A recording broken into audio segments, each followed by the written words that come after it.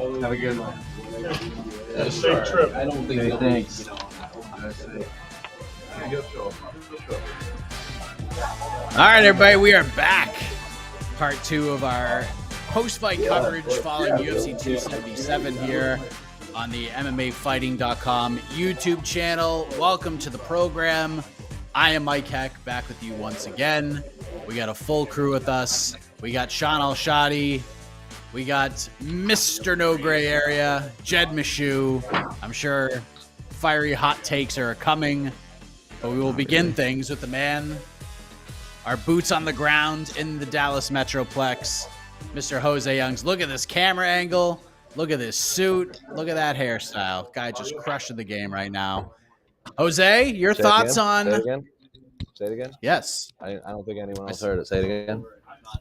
You're crushing the game right now. Just crushing it. Absolutely crushing it. So, your overall thoughts here. I know we don't have a lot of time with you, but Amanda Nunes, great performance. Brandon Moreno, great performance. Main card delivered. Some quick finishes, some dominant performances. Overall, thoughts on the card itself? It was a good fight. It was a good fight card. There's obviously some unfortunate endings. I think that the Derrick Lewis ending was a bummer. A lot of people thought that was a late early stoppage. I don't really have an issue like everyone else on this site besides Eric Jackman do. I'm 50-50 because anytime a large human being is face down on the canvas with his hands at his side, I would assume they're pretty close to being unconscious at a heavyweight fight. And then the injury to Anthony Smith I thought was a bummer because I had a lot of questions about Ankalaev and Anthony Smith, and it just felt like we were robbed of what was going to be a really good fight. But two pretty epic performances, two completely different performances in the final two fights. Brandon Moreno versus Kai Kara-France, an incredibly competitive fight.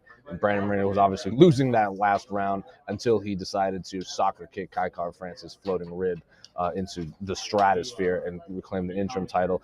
And then Amanda Nunes, I know on paper, if you just look at the scorecards or whatever, it looks like an absolutely one-sided beatdown, which it was. But Julianna Peña was never out of it. She kept fighting the entire fight. So it was a close fight that one person dominated. I know that doesn't make any sense. It doesn't really make sense when I hear it, but on paper, it looks like Amanda Nunes just put Julianna Peña through a wood chipper. If you saw Julianna Peña's face, you would assume she did go through a wood chipper, but Julianna Peña is supremely tough, and yeah, it was a close fight that one person dominated.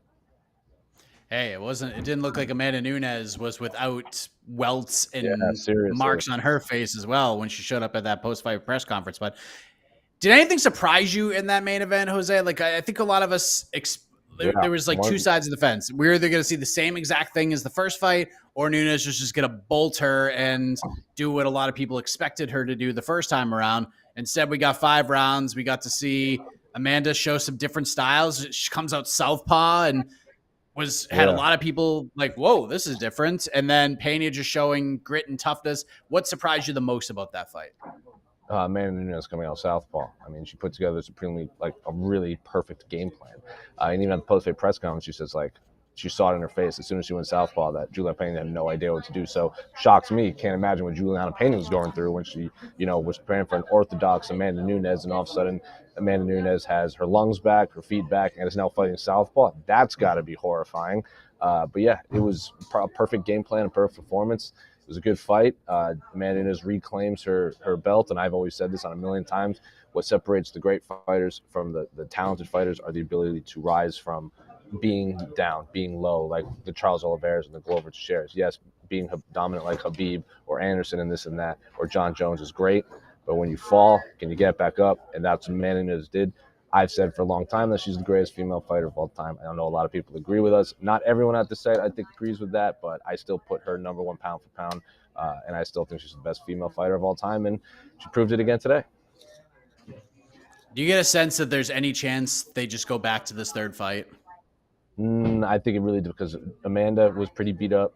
Julianna Peña was really beat up. So I just think, let's see how they feel in 6 months. Then maybe they do it at the end of the year. Maybe they do the trilogy. I know Dana wants to go to Brazil next year. Figueiredo wants to fight in Brazil. If Charles Oliveira beats Islam Makhachev, I would imagine they wanted to put Charles, Amanda, and Figueiredo on the same card like they wanted to this past. I know the Phoenix card was originally targeted for Rio or Sao Paulo, and they wanted like Glover, and Charles and Davidson on those cards. So I would imagine if the UFC goes to Brazil, maybe they throw all those guys on, but let's wait and see, because neither woman looks like they were ready to get back into camp anytime soon, because they got a lot of cuts and bruises and banged up knees and what have you. And last thing, I want to get your take on Brandon Moreno's performance, just the fight in general with Kai Car-France, because we thought it would be. The scorecards all over the place after 2 rounds. We had a 19-19, and then the other 2 judges had a 2-0 each fighter. Your thoughts on Moreno's performance, just the main event in general, and how excited are you for Moreno Figueiredo 4 or Figueiredo Moreno 4? I know the champ goes first. I don't know if I'm pretty sure I'm frozen right now. Am I frozen? Because they just took the Wi-Fi. I think we're all frozen. They took the Wi-Fi away from us, so now I'm on the public Wi-Fi. You're good. You're good, Jose. Everything's still good. Okay. Well, how about now? Anyway, How we good? How we doing now? Everyone's good. You guys are great. I'm going to keep talking then. Anyway, Moreno, obviously, I'm going to be, you asked if I'm going to be excited for Moreno Figueiredo 4. I'm going to be excited when Moreno fights Figueiredo for the 7th time, because that's the rate we're going at right now. These guys are just going to play hot potato with the UFC flyweight title. I was actually very, very pleased with how they handled each other when Figueiredo entered the octagon, and they did that impromptu face-off, and they were just absolutely respectful for one another. Wasn't expecting that. Wasn't expecting, Deiveson Figueiredo with dyed eyebrows and a tiger on his shirt on fire to get in there and just, be the most respectful rival to a man that he's had a lot of bad things to say about. So I was very pleased with that. I'm excited for that fight. Obviously, it sucks for Pantoja because he's probably going to have to take another fight that he shouldn't have to, because at this point he beat Brandon Moreno and Kai Car-France, so he probably should have been fighting for the interim title to begin with. So sucks for him, but yeah, I am so excited. These are very obviously the 2 best flyweights in the world. I know Brandon Moreno thinks he won that third fight. I don't know how you guys feel, but I could watch these guys fight 100 times and I'm never going to be bored. It's one of those rare times where a 4th fight just makes sense. We got a draw. We had a submission win. We had a pretty narrow decision win for Figueiredo, and I can't even imagine what we're going to get from the 4th fight. Jose, well done. Great job on site as always. Safe travels home, and get on out of there, man. Take a rest, get a nap, get some sleep. You deserve it. Thank you, my friend. Well done. Hasta luego. There he is, José Youngs, live from Dallas, Texas, giving you the on-site reaction to UFC 277. Shaun, let's begin with you, my man. Now the real party begins, Mike Heck. Let's do it. Now the real party begins. It's Here like we go. 3 a.m. for you guys. I'm at midnight. I'm floating steady. I'm good. I don't know how you 3 a.m.ers are doing it right now, but let's do it, fellas. Yeah, it is 135 degrees in this room right now, and we're just battling through, Shaun. We're just battling through. Biggest takeaway from this main event, because there is a lot. You could go either way, the toughness, just the performance, but when that fight ended, what was the one thought that was just consistent in your mind? Biggest takeaway from Nunes' victory over Julianna Peña. Biggest takeaway. So that's an interesting way to start this, right? Because to me, I found this main event to be incredibly, incredibly compelling. I know the scorecards will tell you one thing, but this was really the most tense blowout I can ever remember seeing, right? Because I would agree with the 50-44. If you want to give it a 50-43, I could certainly see the way you could do that too. People who don't score that second round at 10-8, I don't know what you're doing at that point. Like, that's if that's not a 10-8, what do you have to do to somebody to get a 10-8? She knocked her down 3 different times, which was a record for any women or fight in the UFC, in the history of the UFC. Like, no woman had ever gotten 3 knockdowns in a fight. She did it in a round. Like, that's a 10-8. Come on. But the whole time, Peña was in it, right? And it felt very much like it was edge of your seat type of moments constantly with Peña. The doggedness she approached this fight with, she approaches every fight with, but just like the relentlessness that she brings to this, and just she is going to keep trying to win that fight no matter what is going on, no matter how deep into it. That could have been a 50-minute fight. In minute 49, she was still going to be throwing up omoplatas and arm bars and triangles and just trying to make something happen. I found all of that to be incredibly compelling theater. But in the end, we sort of land back in this very interesting status quo that we were at before last December, right? Like, Amanda Nunes is the GOAT. We sort of knew that she was the GOAT this whole time. This only reaffirms it. She is sort of, we've heard all week this stat of, how bad the record is for champions who lose their belt and then get an immediate rematch. I think it was like 10-2 or 11-2 or I'm sorry, 2-11 or 2-10, one of those two. It was just not a good record for champions to sort of run it back and try to get it back.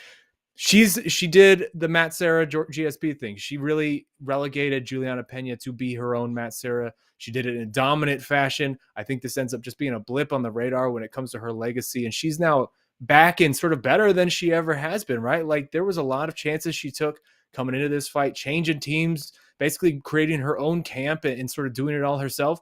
And it worked out magically, man. Like she was in there. Had Julianna on ice skates for those first 2 rounds, just cracking her with that right hook. Anytime Julianna came charging in, she was getting demolished with those hooks. And then we've seen it throughout Amanda's reign. Once she realizes she can wrestle you and just out wrestle the hell out of you, that's what she's going to do. And she's perfectly fine just out wrestling the hell out of you. We saw it over and over again. She split Julianna wide open. I think at one point she had her in that front headlock situation on the ground, and she was like almost juicing Julianna's forehead. Like all the blood just gushing out of it was nuts. So to me, I found this to be an incredibly impressive performance from one of the greatest fighters we have ever seen. And it now leaves us in a very interesting spot where I know we're going to get to it, but to me, I know people are talking about the Pena trilogy. What do you do next with Nunes? This feels very easy and very obvious, and I don't know that there's a better answer or even another correct answer than you have to do Valentina Shevchenko 3 right now. There is no better options for either woman right now, and it is one of those spots where who knows how much longer we have to do this fight, right? How many times have we seen super fights be lost over the course of MMA history because we waited too long and we took them for granted and we thought they would be there, and then all of a sudden they weren't. If this past year has shown us anything, with Amanda losing to Julianna and then Valentina very nearly losing to Talia Santos and maybe would have lost had that headbutt not happened, anything can happen. We have seen it over the past year. It has proved it to us. We need to take advantage of this moment right now to do that fight. That is a very important fight just for the history of the sport. These are the 2 preeminent greatest women of this era. They need to sort of settle whatever is going on between them. And Amanda seemed up for it. Dana White, for like the first time in a long time, seemed very much up for it. There's just not better options in either of their divisions right now. I know Valentina's maybe a little iffier, but money can convince people to do, various things. I think the UFC just needs to throw her the bag, and we need to just book this fight because we need to do it now. We can't lose it, and there's really not a better option. A lot to unpack there. Jed, I'll go to you because as you posted right before this main event started, you posted the receipt of the first time you said that Julianna Peña was going to go out there and beat Amanda Nunes and win the title in December. You were right on. You posted it again. You had the suit and the tie on, looking like a couple Billy out there, just looking fresh, dude. And you were correct. This time around, this is a different fight. You said it would be a different fight. You felt this would be Amanda's night, but it wouldn't stun you if Julianna went out there and did it again. This is going to be one of those fights where at the end of it, it was like, oh, obviously this is going to happen no matter how it played out if you listen to No Bets Barred. So what was your biggest takeaway? And do you agree with Shaun? Do we just pull the trigger on this Nunes Shevchenko 3 thing now that more people are on board, including Dana White, than ever before, apparently? I'm fine. I guess I'll start there. I'm fine if we pull the trigger on Nunes Shevchenko 3. I'm not like salivating for it, even though I think it's a great fight. I'll be really excited if it happens. But like, there is some part of it, whereas it is a much more interesting fight if Shevchenko isn't coming off a really tough contest. Like, and some people, even Amanda Nunes said, she was going to lose that fight without the headbutt, which I'm not even 100% sure the headbutt's a real thing. Like, she did headbutt her, but also immediately after she headbutted her, she kicked her in the friggin' face, which also could have easily busted that orbital as well. Neither here nor there. If you want to make that fight, totally okay with it. It's great. I also think that you could, because Nunes seems to still want to be doing things, and Shevchenko is going to hold on to the belt for infinity and beyond. I think you could have Shevchenko do one more against Manon Fiorot when she goes and beats Caitlin Chookagian in a couple weeks or whatever the timeline is for that fight.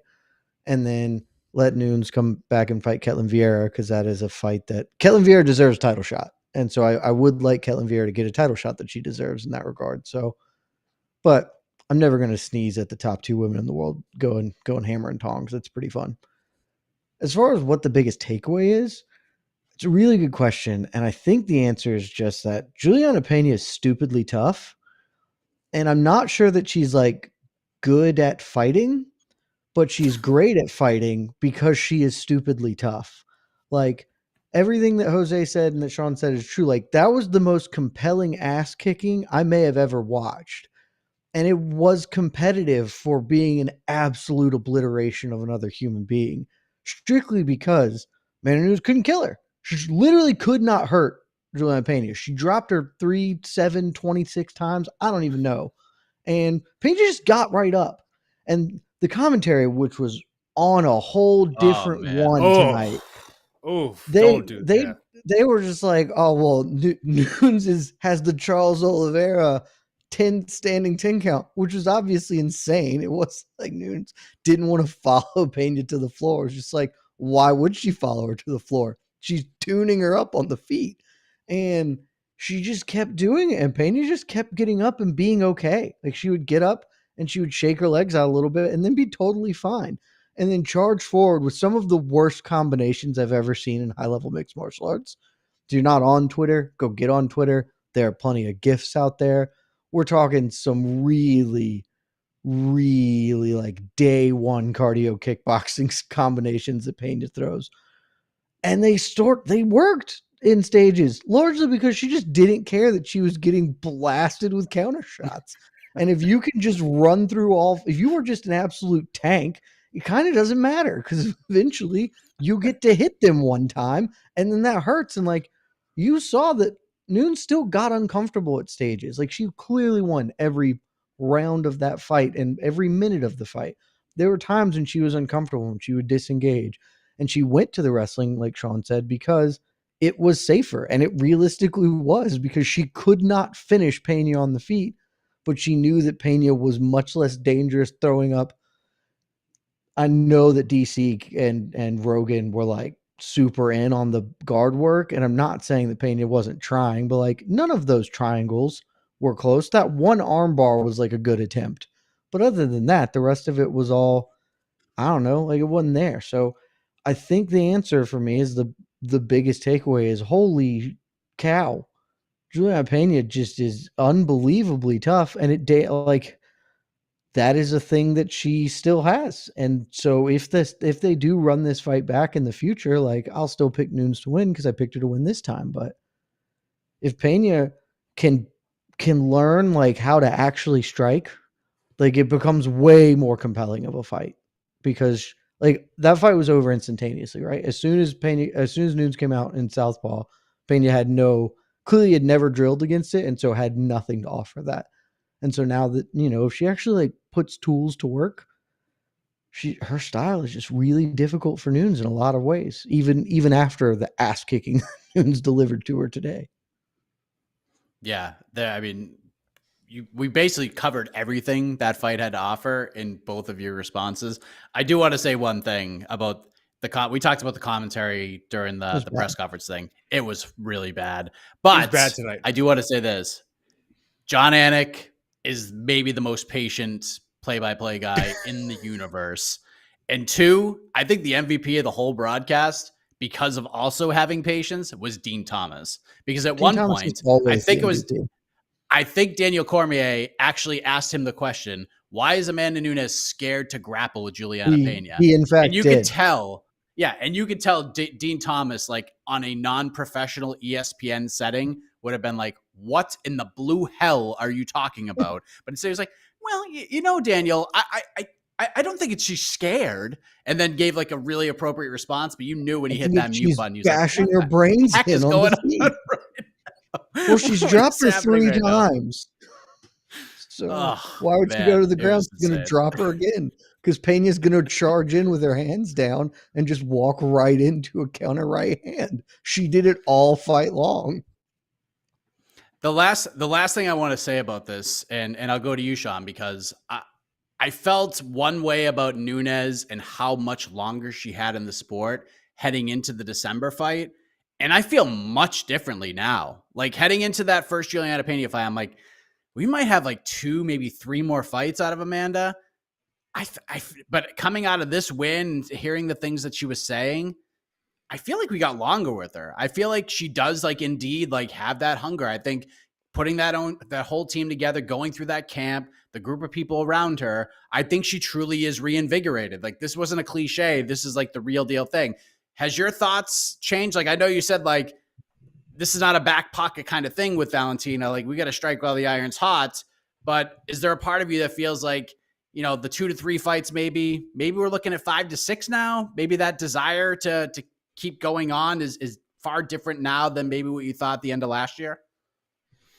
I mean, it's an interesting question, right? Because I think in a strange way, this whole Julianna Peña saga for Amanda has sort of extended her lifespan in MMA to a certain degree, because you could tell that she was sort of kind of getting over it, getting past it a little bit of like, what else is left for me? I've sort of conquered all the goals and obstacles ahead of me that I could have done at this point.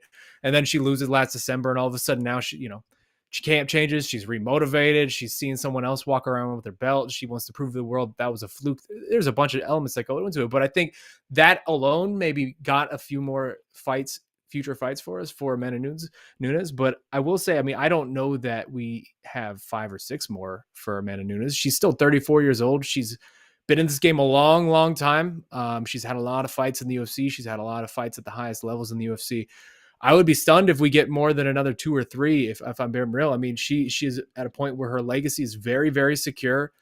She's probably financially very comfortable, and she's raising a family. She's her daughter and just a whole sort of great situation going down there in Florida. I think there's probably only a few fights left that we get with her, and then maybe she rides off into the sunset, which again is why, to me, it feels very important that we get this Valentina Shevchenko trilogy fight. Because when you look back 20 years from now at this era of women's MMA, just MMA period, 2 women will stand above everybody else by far. And it's just the gap between them and everybody else is just so not even like close to being a thing, right? Like, it's Amanda and Valentina, and I know Amanda's up 2-0, but the way that second fight went is very controversial. A lot of people still maintain Valentina won that. I think Jed is probably one of them on this very program right now. And feels like we need some resolution to it. Like, I think just historically that is important. Even this weekend, fellas, when we're about to submit our new MMA fighting rankings ballots for next week's update in the rankings, I think there's a legitimate debate that's going to be happening about who's the best female pound for pound fighter in the world, considering the last 2 performances we just saw from each of them. This might have been Amanda's best, and we might have just seen Valentina at her worst. So it feels like something that is unresolved and needs to be resolved. And I'm here for it. And I feel like, again, you can't mess around with this type of stuff. We have seen it so many different times. We were talking about it in the private Slack room on MMA Fighting, of all the various super fights that we just lost over the years because we waited too long and we just assumed they were going to be there. And I just don't want this one to become one of those, because it almost happened. It almost happened 2 different times over the past year.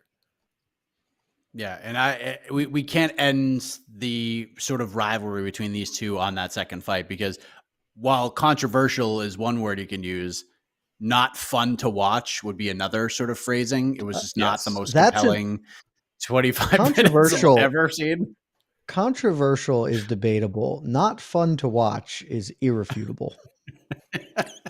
That's also probably generous, because it was pretty bad. It was worse than not fun. Good. My fandom for Valentina Shevchenko won't allow me to say that it was bad, but not fun, sure. Yeah, if that fight happened in ACA, maybe the promoter comes in and stops it before the 5th round. No, it wasn't that bad. I'm just throwing that out there as a BTL question. But go ahead, Jeff. Also, just to address Shaun's thing, because you guys are going to put your rankings, and for all of you, because I'm sure someone's going to put Amanda at the top. That's fine. You do whatever you want. This guy's going to do it.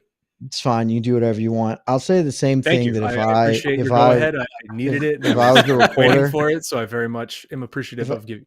If I was a reporter and when Amanda was asked about Valentina tweeting a kind of dumb thing or whatever, and she was like, well, Valentina almost lost her last fight. Yeah, that's cool.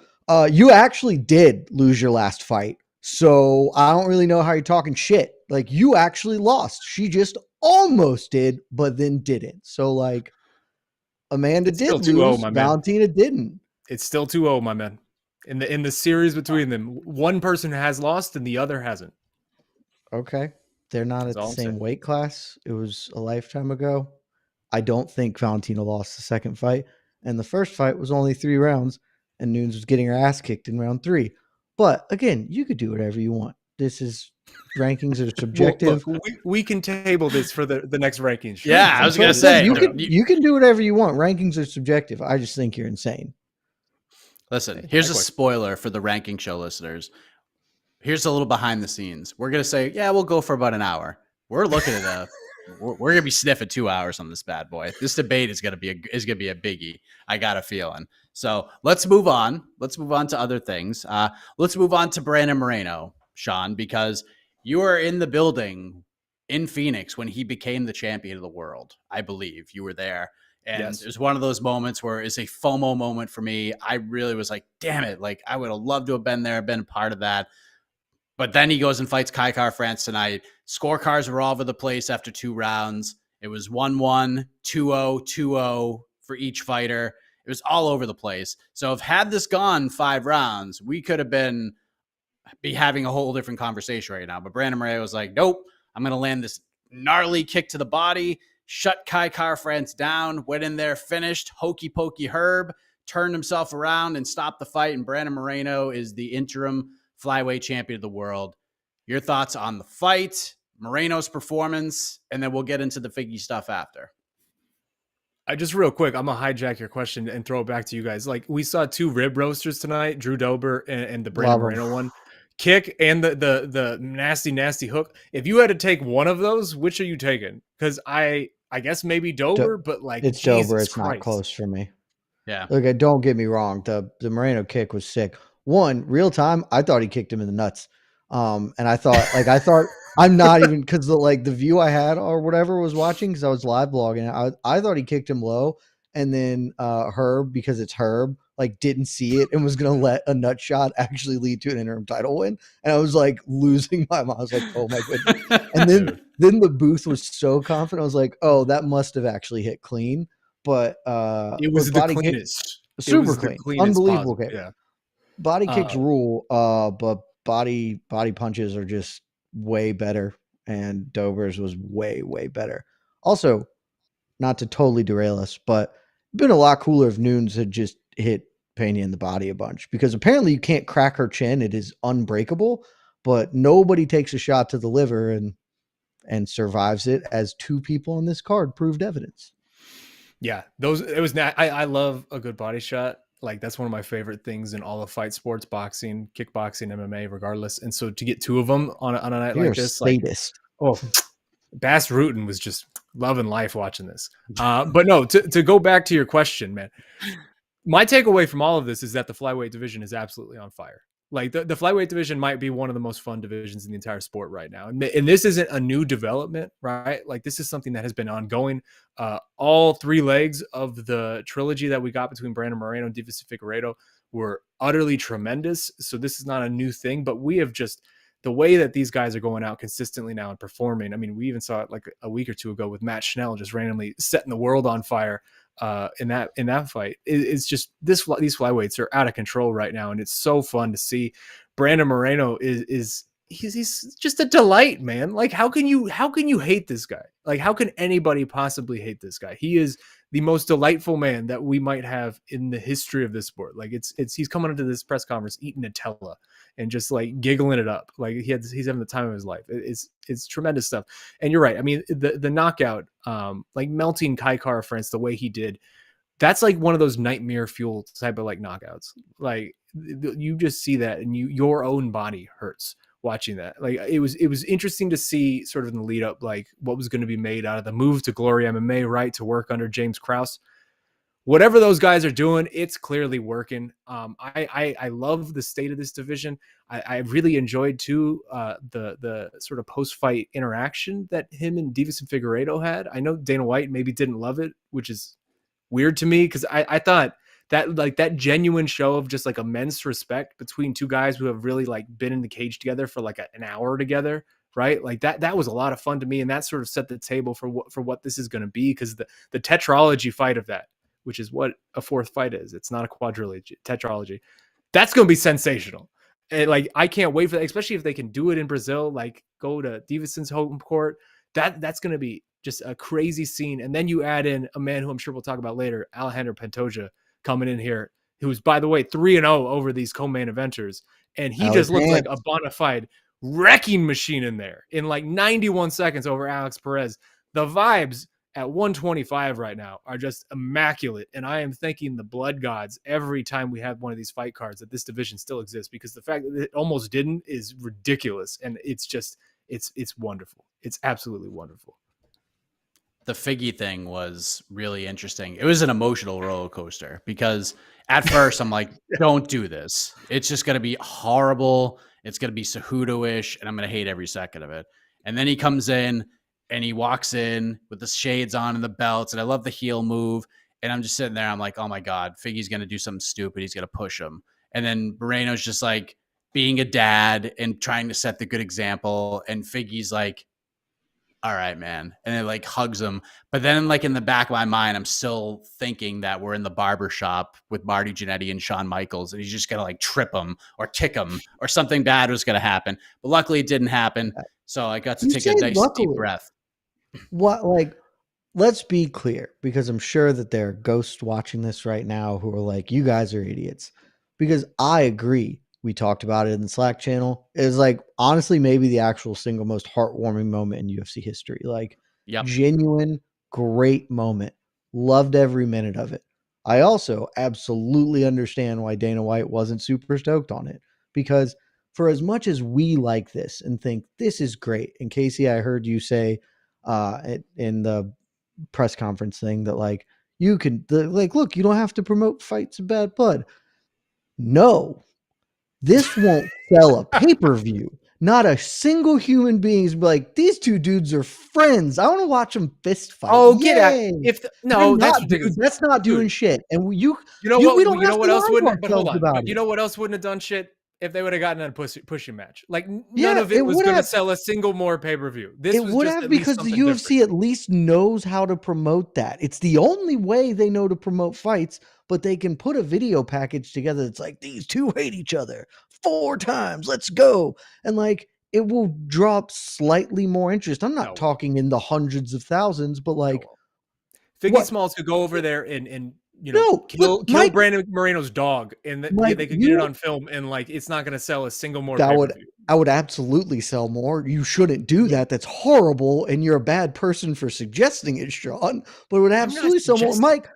Mike, you just brought it up. I didn't bring up killing puppies. That's a Shaun Al-Shatti thing. They're not. Mike, they're not going to. I don't watch pro regardless of the interactions between these. Mike, guys. I do not watch pro wrestling. But I know enough to know that in the thing you were saying was some sort of a promo build with Jannetty or Shawn Michaels or whatever.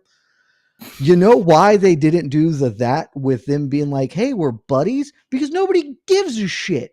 And so, like, I get it. I'm not saying he should have. I'm not saying they should fabricate things. But, like, we don't have to bury our heads in the sand and pretend like, oh, yeah, this is what fighting can be. People are going to love this. We're like, yeah, that was just a cool moment. And like, I get why the promoter was like, whatever. Like he's not into it. That's fine. Like, but we don't have to pretend like this is how fighting should work. It's just not how it's going to be.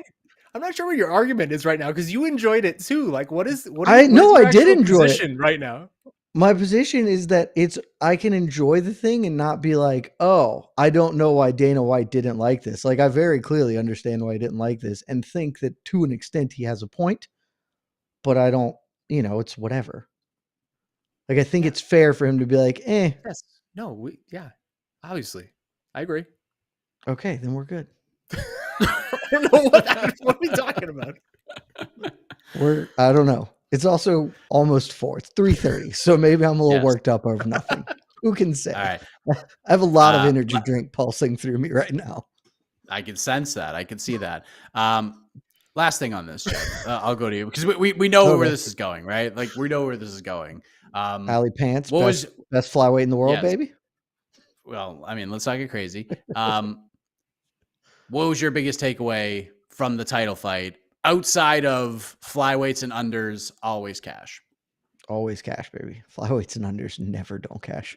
Brandon Moreno's really damn good, dude. Like, I thought there was a chance that he was the best flyweight in the world, because I don't remember, like, I haven't rewatched the Moreno and Figgy fight, the last one recently, but I remember at the time thinking that I thought Figgy edged it out, but being like, it's competitive, could go either way.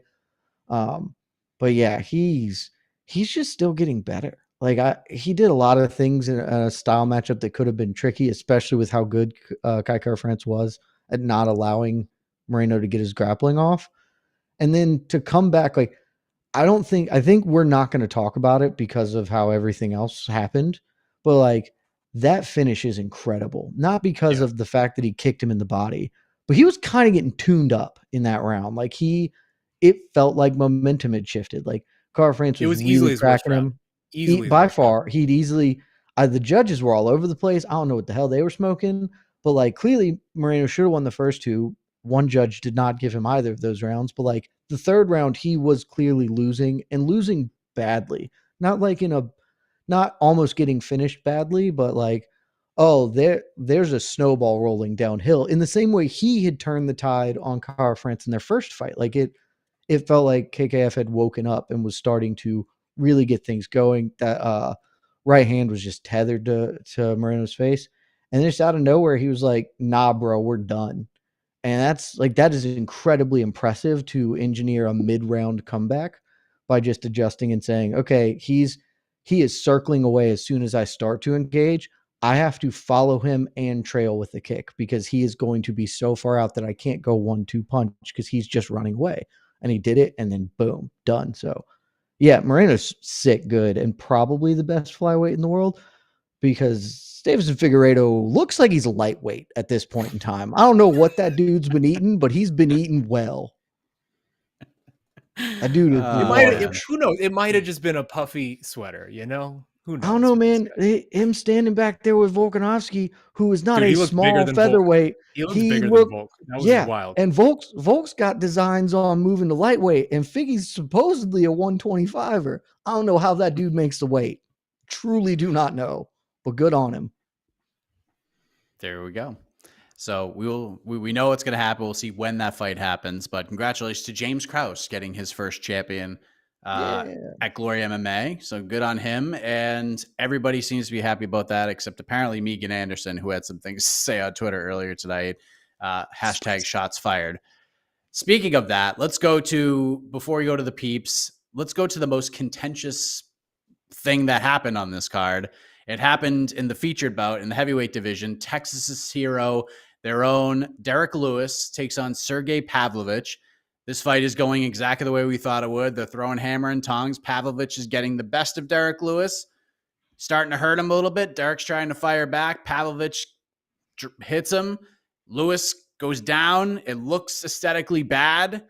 Big Dan, Tan Dan jumps in, stops the fight, and Derrick Lewis hops right up like he's popping out of a Jack in the Box, ready to go. Fight is stopped. He's pissed. Everybody else is pissed for the most part. And Pavlovich picks up the biggest win of his career, gets no bonus at all, despite finishing Derrick Lewis in less than a minute.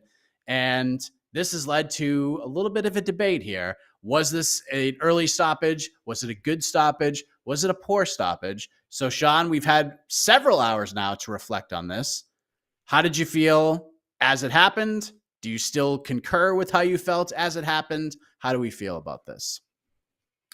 Okay, so in the moment, I felt like it was terrible.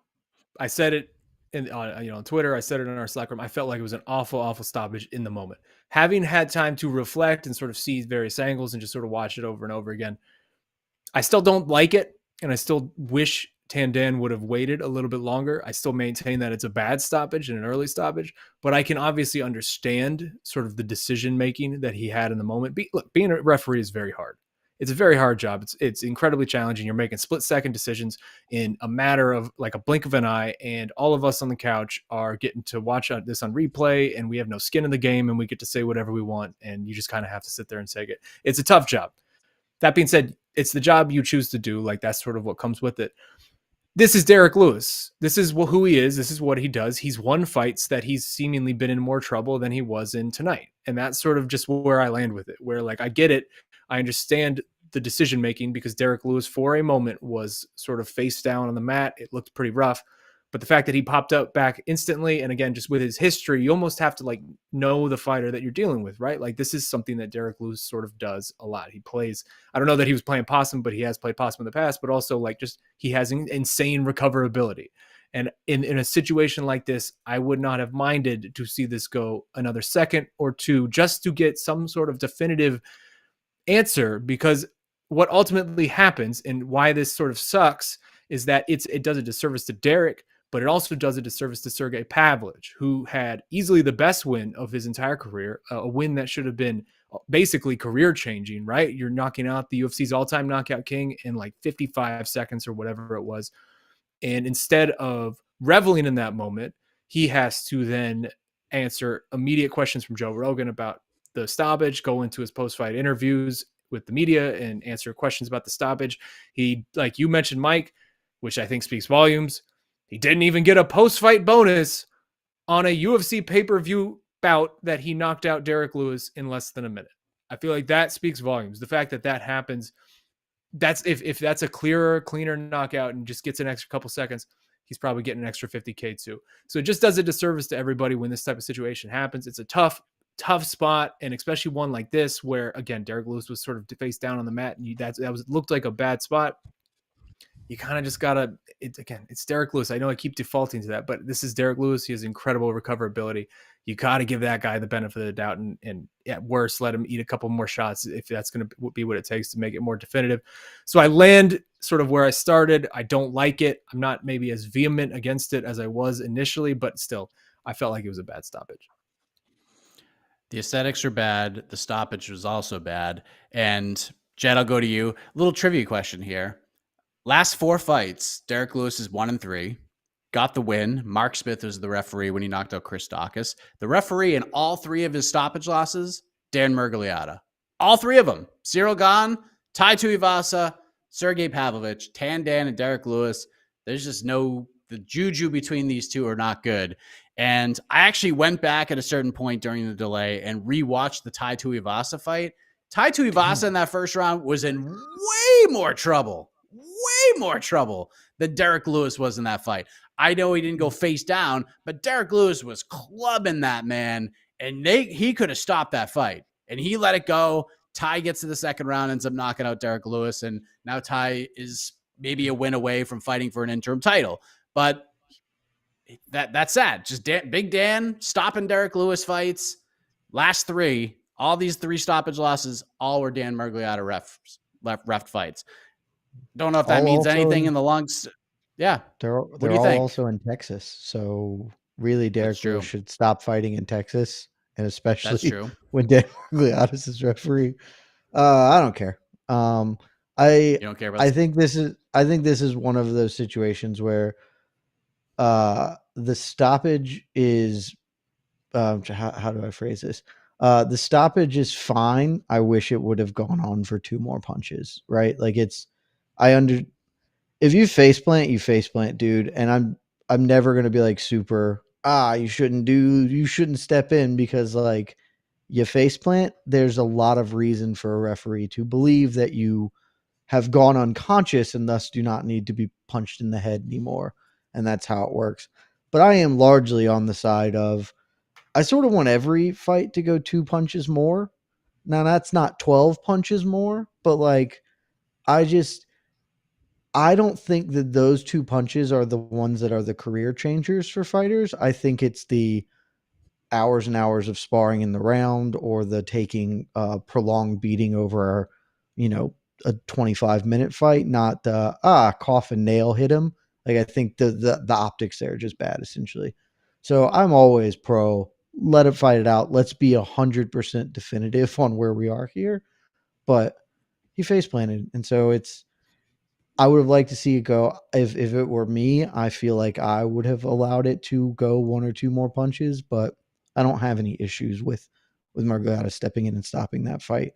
There's a lot of reason for him to have done so. I will say, to put it, a lot of Derrick Lewis fights. Go ahead. To put it one way, like Brock Lesnar would have lost to Shane Carwin 10 times over if he had Dan Miragliotta's quick trigger that he had tonight. Like that's all it was, right? Like we've seen legendary comebacks, and almost every legendary comeback in MMA history, UFC history, there is a moment where things appear to be over, or almost over, or on the verge of being over, and it felt like that was maybe where we were at. That's all. Yeah, I get why people aren't stoked on it.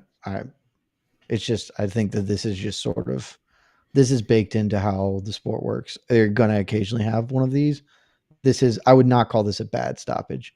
I do think it's a little early, but I don't think it's bad.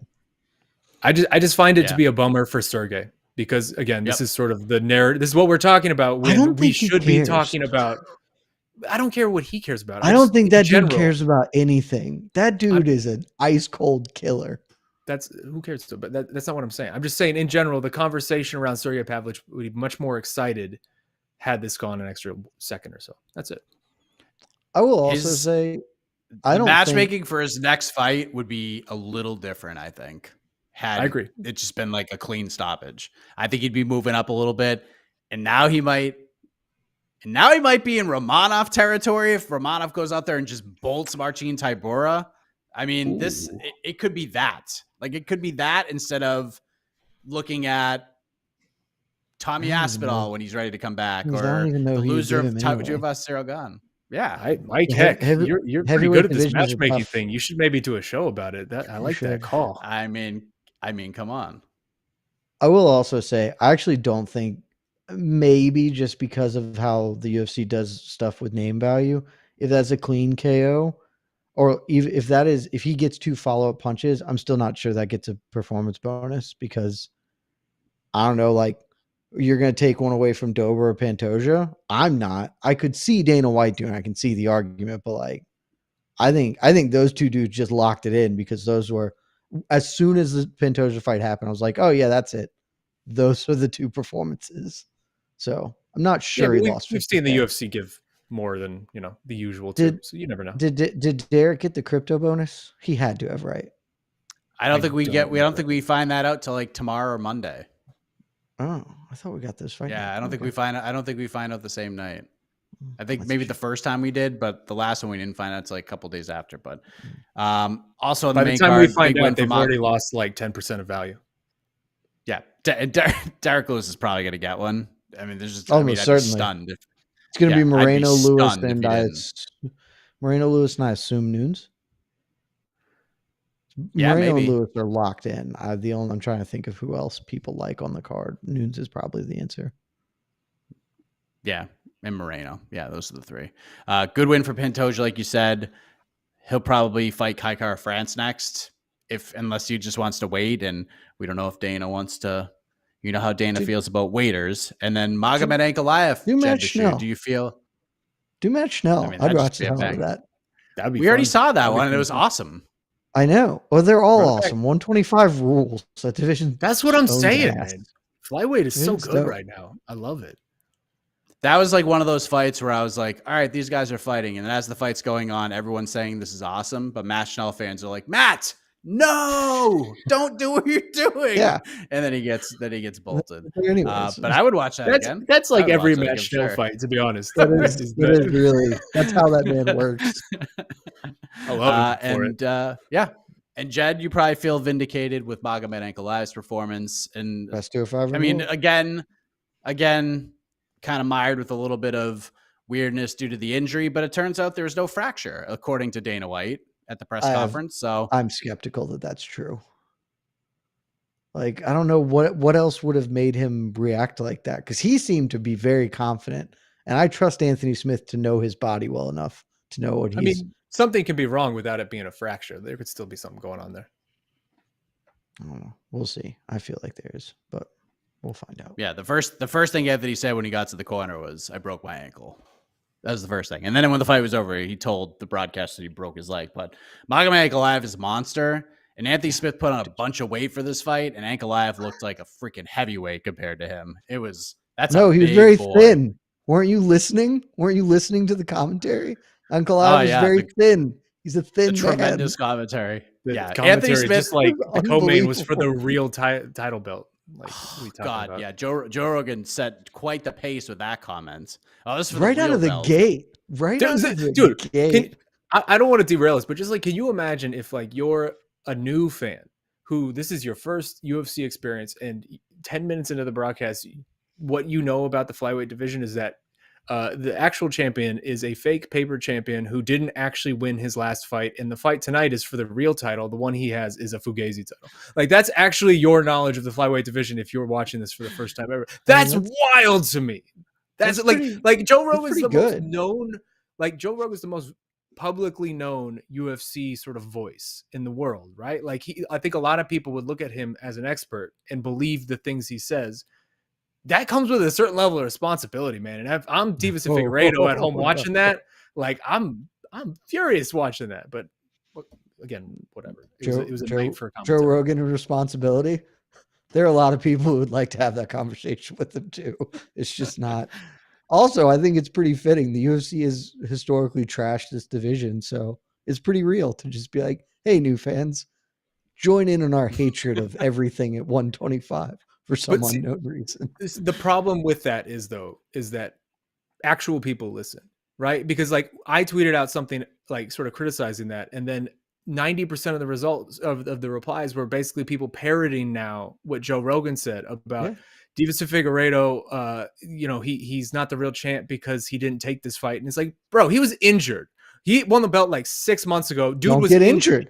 Don't get injured. Like, what are we talking about? He actually won the belt in a real fight that happened and that had a real result that wasn't even super controversial. Like, it was a close fight.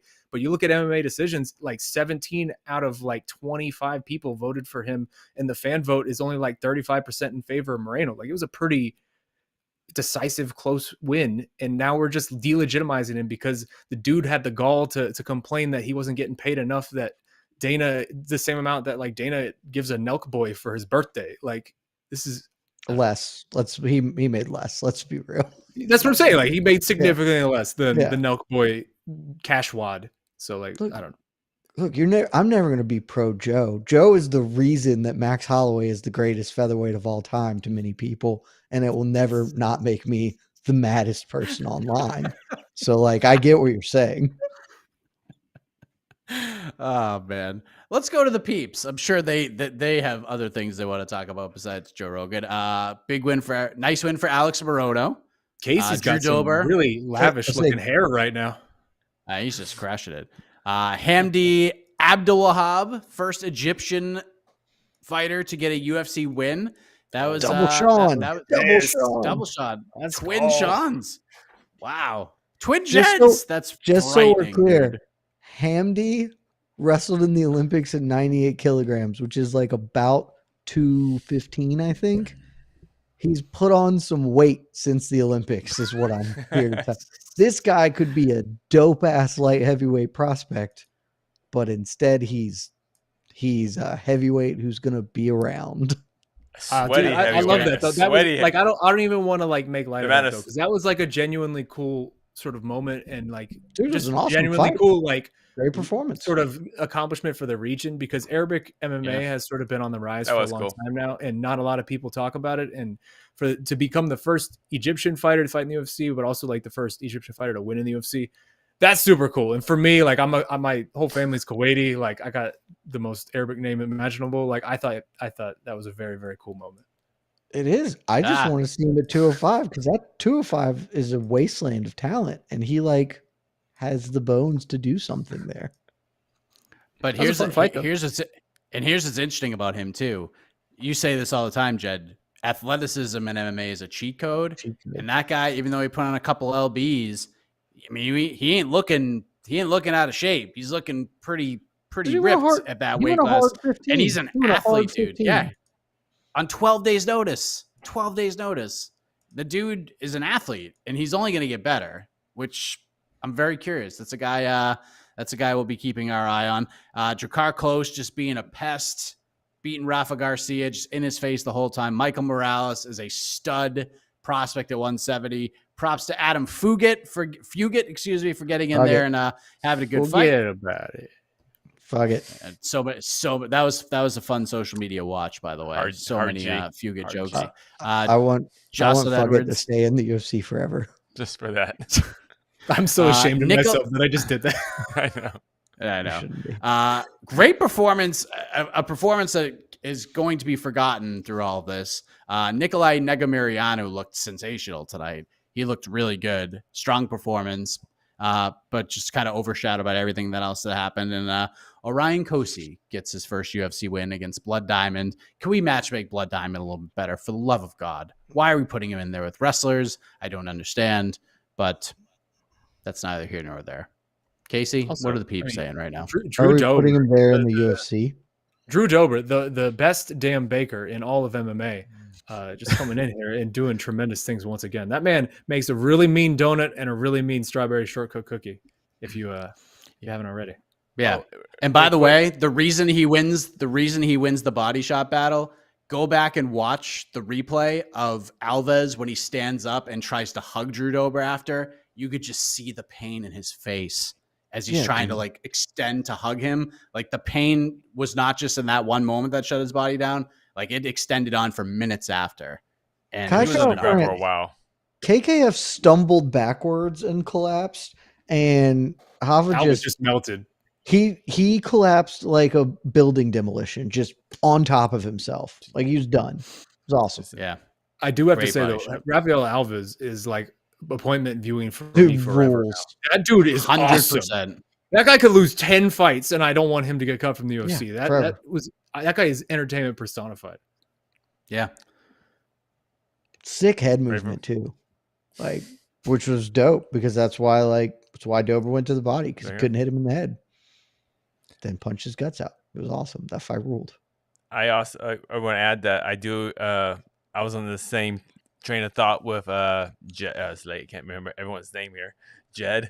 I did think it was a nut shot that took Kai down. 100%. I was, and because it was Herb, not because I thought it was nut shot. I was like, this is of course this is how it's absolutely gonna possible that Herb just misses that, and then we have a TK. And then TKO nut shot victory. the hokey pokey dance. So I was like, oh, he wasn't. Yeah, I think Herb when he looked at the replay, he's like, oh, thank God. I did because I was sitting there like, oh man, this is bad. Yeah. All right, to the questions. What do we got here? We'll take a few. Let's Take a talk few. about It's Ollie- been let's talk about Ollie Pants. it's been a day.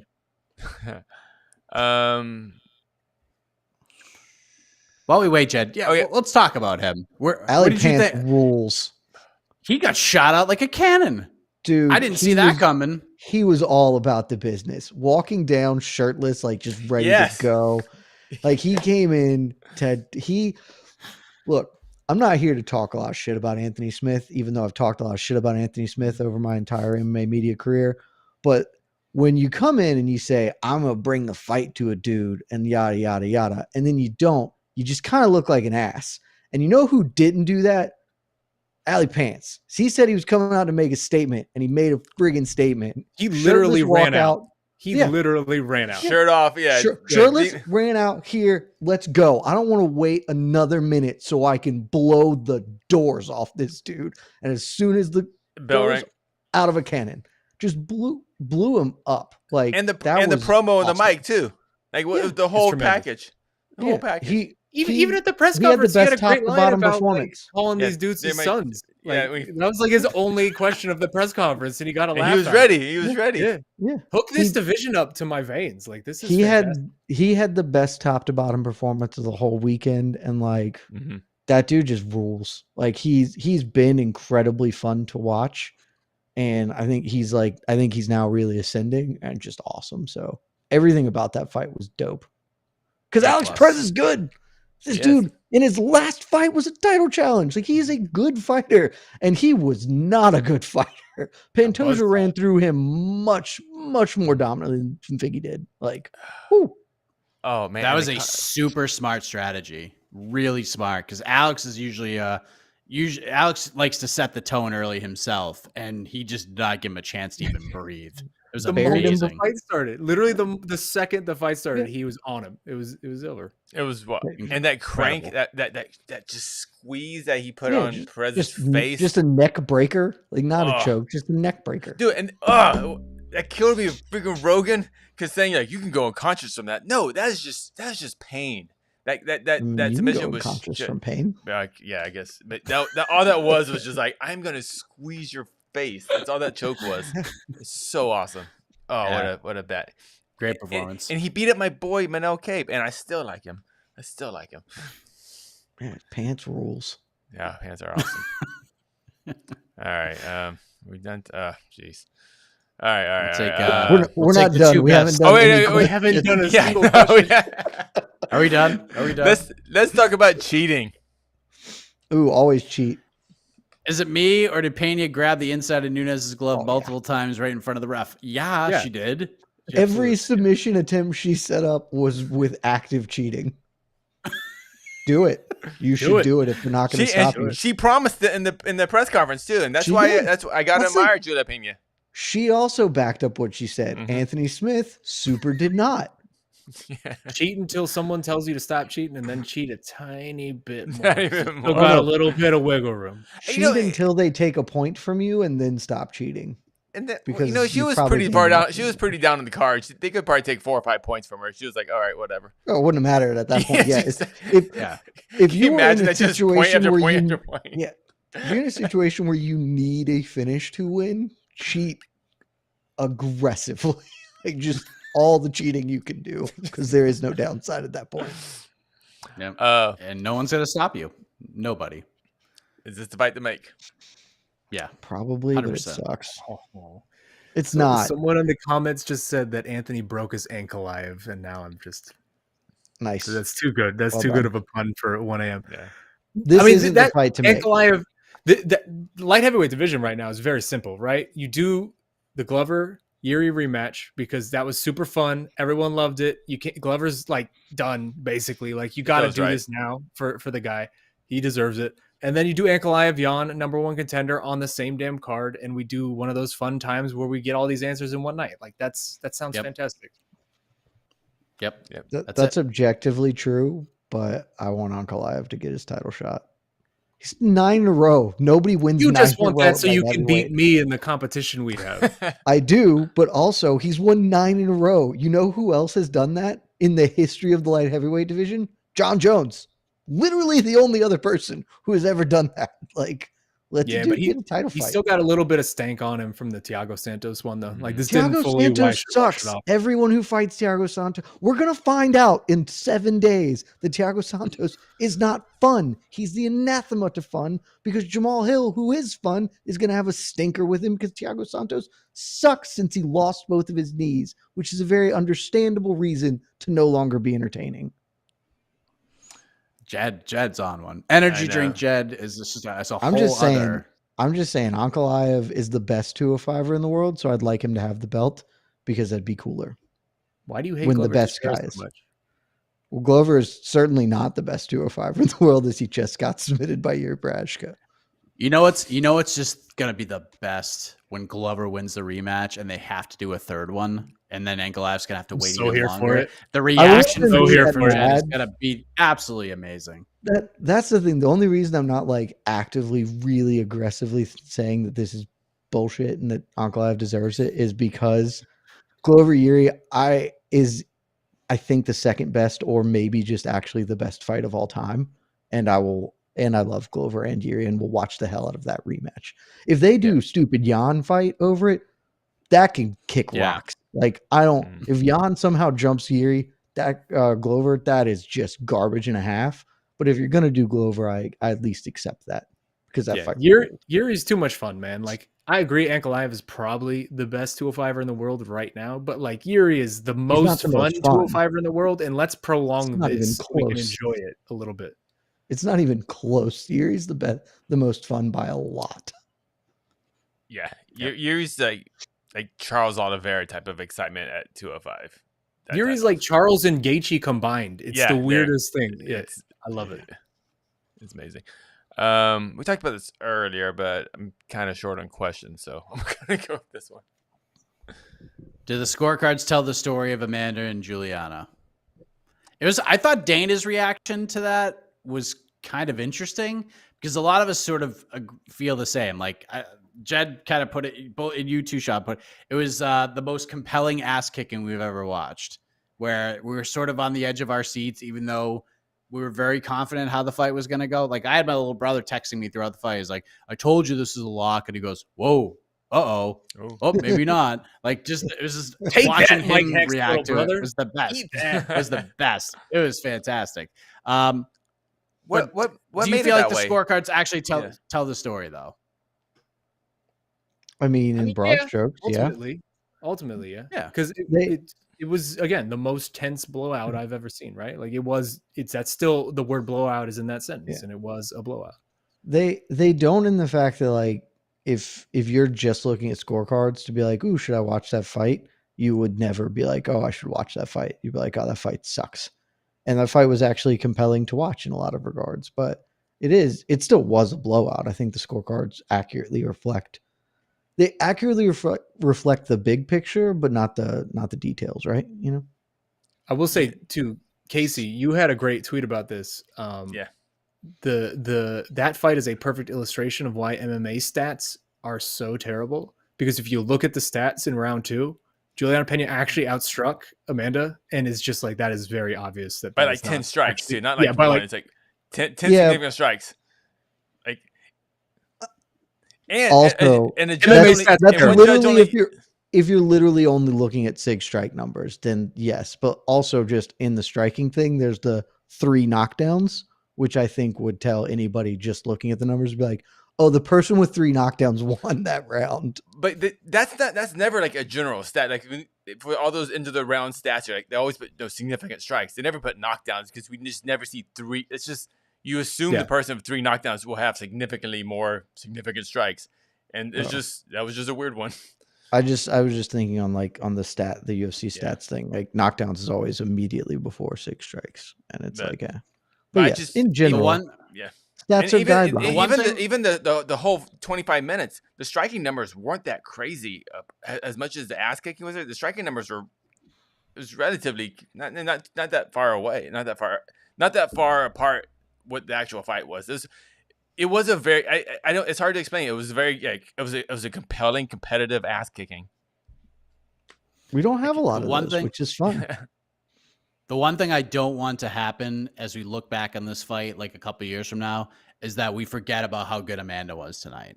Because I know a lot of people, like, and you heard it on the broadcast. I hate to keep bringing up the broadcast and the commentary, but this is the Julianna Peña is so tough show.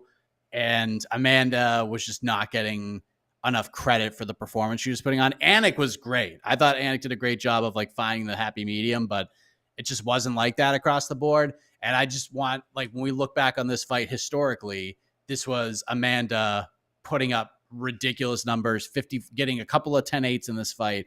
And yes, we appreciate the toughness and the grit and the zombie-like nature of Julianna Peña, but we have to appreciate the greatness and the offense and just her just rattling Julianna immediately. That, like, we have to remember that. Like, we love toughness. It's great. Julianna, her grit and determination, the way she could take punishment, her durability is amazing. But Amanda was on fire tonight. She looked great. So let's just keep that in perspective. It's the old axiom. If we're talking about your durability and your toughness in the post-fight show, you probably didn't do well. Yeah.